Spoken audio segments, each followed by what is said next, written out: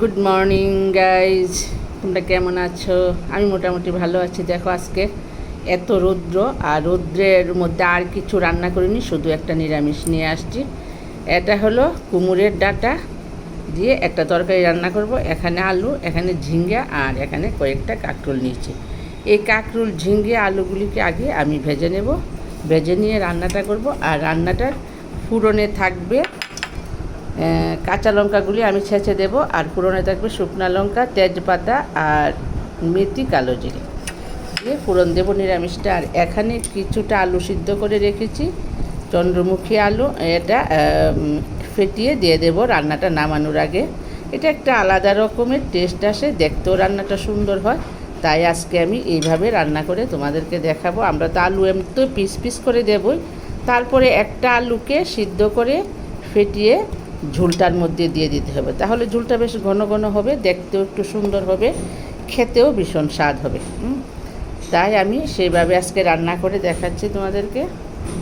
তোমরা দেখো ভিডিওটা, যদি ভালো লাগে আমার পাশে থেকো। আলুটা দেখো ফেটিয়ে নিয়েছি, আর শুকলাটা এইদিকে ফেলে দিলাম। এখন আলু রুল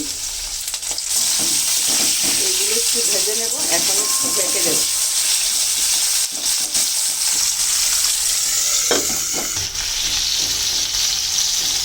এখন দিয়ে দেবো ঝিঙ্গাগুলো।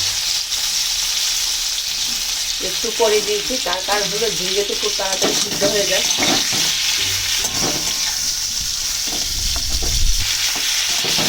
হালকা করে একটু হলুদ দিয়ে ভেজে নিচ্ছি।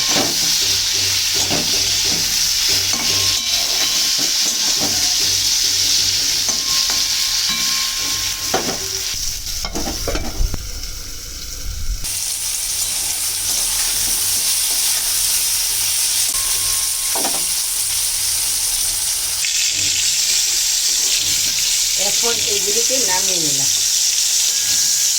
মোটামুটি কষানো হয়ে গেছে। দিয়ে দিলাম তেজপাতা ফোড়নে, আর থাকবে কালো জিরে, মেথি আর শুকনো লঙ্কা।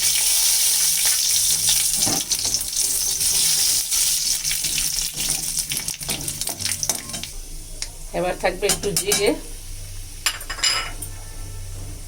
একটু কাঁচা লঙ্কা বাটা,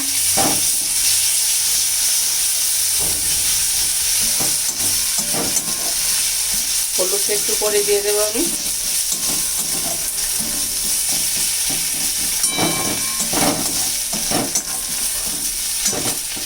এখন দিয়ে দেবো সেই কেটে রাখা কুমড়ের ডাঁটা।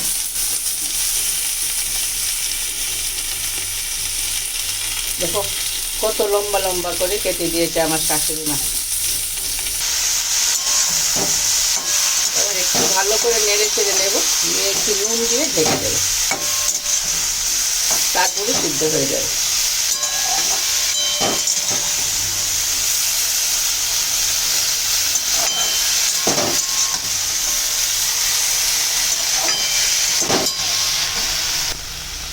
দিয়ে দিলাম একটু নুন।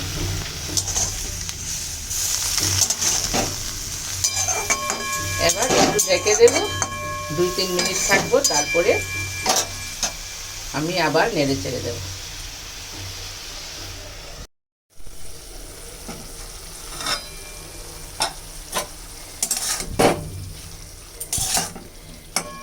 মোটামুটি সিদ্ধ হয়ে আসছে। এখন দিয়ে দেবো ফেটিয়ে রাখা সেই আলুগুলো।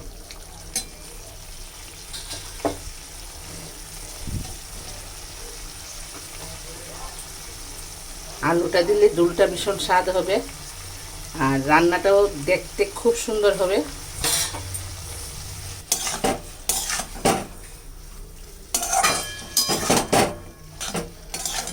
এবার একটু হলুদ দিয়ে দেবো,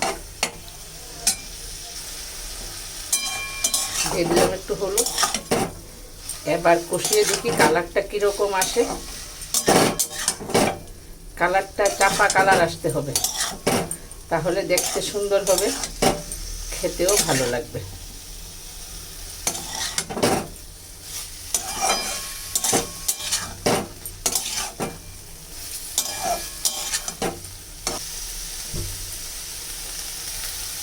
এখন দিয়ে দেবো ভেজে রাখা সেই আলু, ঝিঙ্গে আর কাঁকরোল,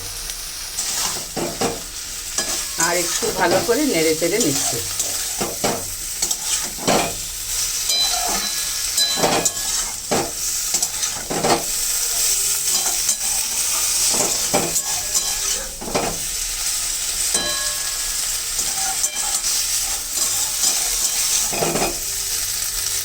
কালারটা বেশ সুন্দর আসছে, আর হলুদ দিতে হবে না।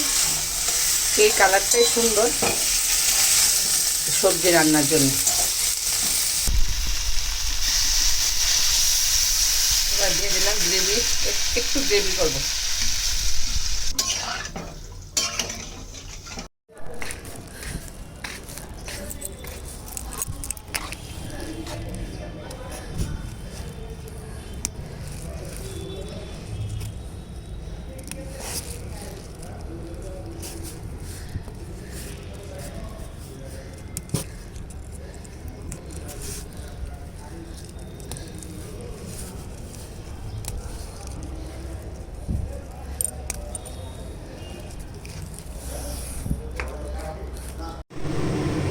রান্নাটা পুরো কমপ্লিট হয়ে গেছে বন্ধুরা। এখন ধনিয়া পাতা দিয়ে দিলাম, দিয়ে এখন নামিয়ে নেব। আশা করি ভালো লাগবে তোমাদের। যদি ভালো লাগে তাহলে একটা লাইক, একটা সাবস্ক্রাইব দিয়ে আমার পাশে থেকো।